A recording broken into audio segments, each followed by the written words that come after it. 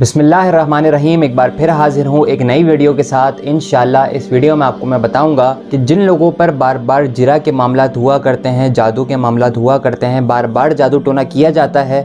جس کی وجہ سے وہ پریشان رہتے ہیں، یا کوئی بھی اس طرح کے معاملات ہوں، شیطینی معاملات ہوں، اثرات ہو گئے ہوں، یا کسی بھی قسم کے معاملات ایسے ہوں جس کی وجہ سے اس کی طبیعت اکثر اپ اینڈ ڈاؤن ہوتی رہتی ہو، ناساز رہتی ہو، گھر سے پیسوں کے اندر بے برکتی ہوتی ہو، یا پیسے غائب ہو جاتے ہوں، کوئی چیز کہیں رکھتے ہوں اور بھول جاتے ہوں اور پھر دوبارہ وہیں سے ملتی ہو وہ چیز، اس طریقے کے معاملات جس پہ بار بار شیطان اپنا ہاتھ رکھتا ہو، یا کوئی بھی اس طریقے کے عمل جو انسان کے ساتھ زندگی میں عمومی طور پہ ایسے ہوتے ہوں جس کو دیکھ کے اس کو اپنی زندگی کے اوپر شک ہوتا ہو کہ شاید میرے اوپر نظر بد، حسد یا نظر بد کے جادو کے معاملات ہو چکے ہیں، یا اب مجھے کیا کرنا چاہیے۔ تو ایسے لوگ جن پر جرا کے معاملات ہوتے ہیں کہ جادو ٹونا سے ابھی فارغ ہوئے نہیں، انہوں نے کاٹ کری، کچھ کیا، دعائیں پڑھی، اس کے بعد پھر دوبارہ ان پہ جادو ہو گیا اور پھر وہ بار بار ہوتے چلا جا رہا ہے، اس طرح کے معاملات اور بھی کئی قسم کے مسئلے، جیسے کہ خواب سے بار بار ایسا کوئی دیکھے کہ وہ چھت سے گر رہا ہے، یا کوئی دیکھے کہ کسی نے چھپکلی بچھو وغیرہ کو جو ہے نا اپنے آپ پہ حملہ ہوتے ہوئے دیکھا، مسلط ہوتے ہوئے دیکھا،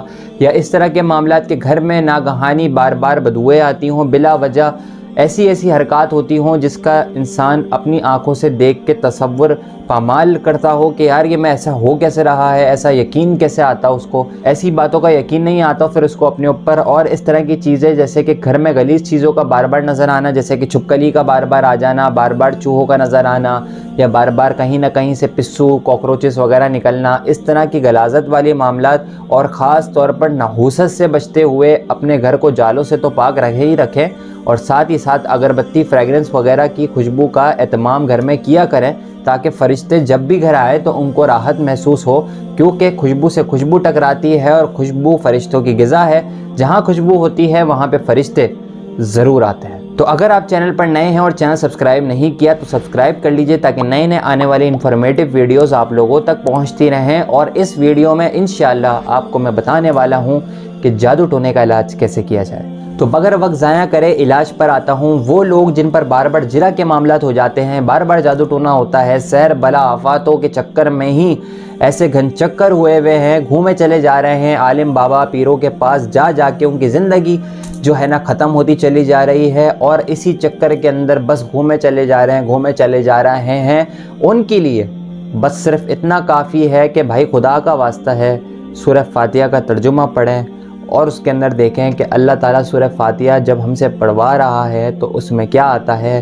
ایاک نعبد و ایاک نستعین، ہم تیرے ہی بندے ہیں، ہم تجھ سے ہی مدد طلب کرتے ہیں، ایاک نعبد و ایاک نستعین، اہدنا الصراط المستقیم، اہدنا الصراط المستقیم، اہدنا الصراط المستقیم، کہ اے میرے پاک پروردگار عالم مجھے سیدھی راہ پہ چلا، سیدھی راہ پہ چلا، سیدھی راہ پہ چلا۔ اب جب ہم اس سے ہی مدد مانگتے ہیں، اسی کے بندے ہیں اور اسی سے ہی سیدھا راستہ طلب کر رہے ہیں، تو پھر قرآن کریم کھول کر دیکھیں، حدیث پاکوں کا مفہوم اٹھا کر دیکھیں، نبی کریم صلی اللہ علیہ وسلم کی پوری زندگی مبارک دیکھیں، تو پوری زندگی کے اندر ہم لوگوں کے لیے اتنی ساری چیزیں ہیں کہ وہ ختم ہی نہیں ہوتی، ہم دوسرے چکروں میں پڑ جاتے ہیں۔ ہم اپنا ایمان کیوں نہیں مضبوط کر لیتے؟ ہمیں جنت میں نہیں جانا، ہمیں اپنی قبر میں نہیں جانا۔ دنیا کے لوگ اس قدر اتنا فالتو ٹائم ہوتا ہے کہ کہیں چلے جاؤ، وہاں چلے جاؤ، اس کے پاس چلے جاؤ، اس سے بہتر ہے کہ اپنا آپ کو سیٹ کرو، اپنے آپ پہ توجہ دو، اپنے آپ کو